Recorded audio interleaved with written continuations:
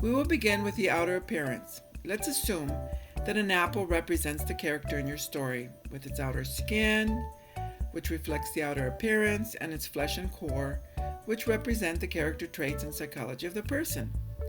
The outer layer consists of the name, age, and gender of your character, and their physical characteristics. Then there are the relationships and the family tree. Where were they born? Where does the story take place? What about the time period, education, occupation, and income? Keep in mind, you might not need all this information for your story, but it will help in the overall picture.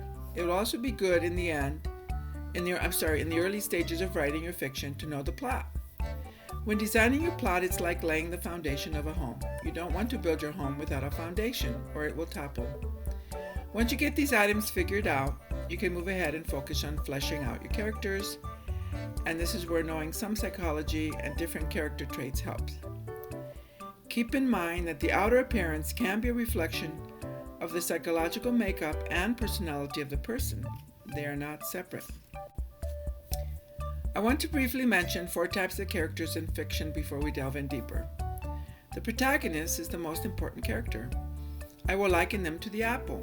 They're rounded, have many traits, and the story is basically about them. They lead the story, and often they're in almost every chapter. Their point of view can be first point of view, for example, I went to the store, or third point of view, for example, she went to the store. These main characters are complex and usually have a goal, which forms the plot. They typically go through loops and obstacles to get to their goal. Rarely is fiction written with only one protagonist. Fiction not only needs a protagonist and a plot, but another major character to help drive the conflict and the story forward. That's where major characters come along. They could be likened to the oranges. They also are rounded characters like the apple, yet they're different. And they're as valuable as the protagonist. By adding them in, you provide relationships and opportunities for internal and external conflict. Major characters could be a family member, a friend, a fiancé, a spouse, a colleague, or even an enemy. And they receive a large amount of time in the story and have complex character traits like the protagonist. You might have whole chapters dedicated to them, and they usually have their own subplots. Your major characters should receive as much care as the protagonists.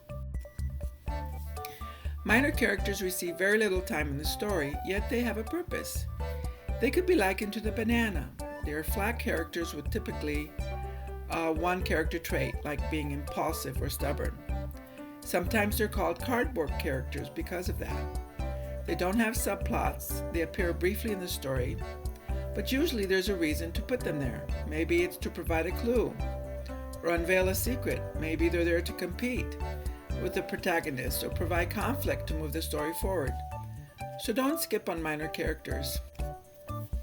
And finally, extras are people that are part of the setting, like townspeople or an audience at a concert. They can be likened to a bowl of blueberries where everyone appears similar and no character traits are used.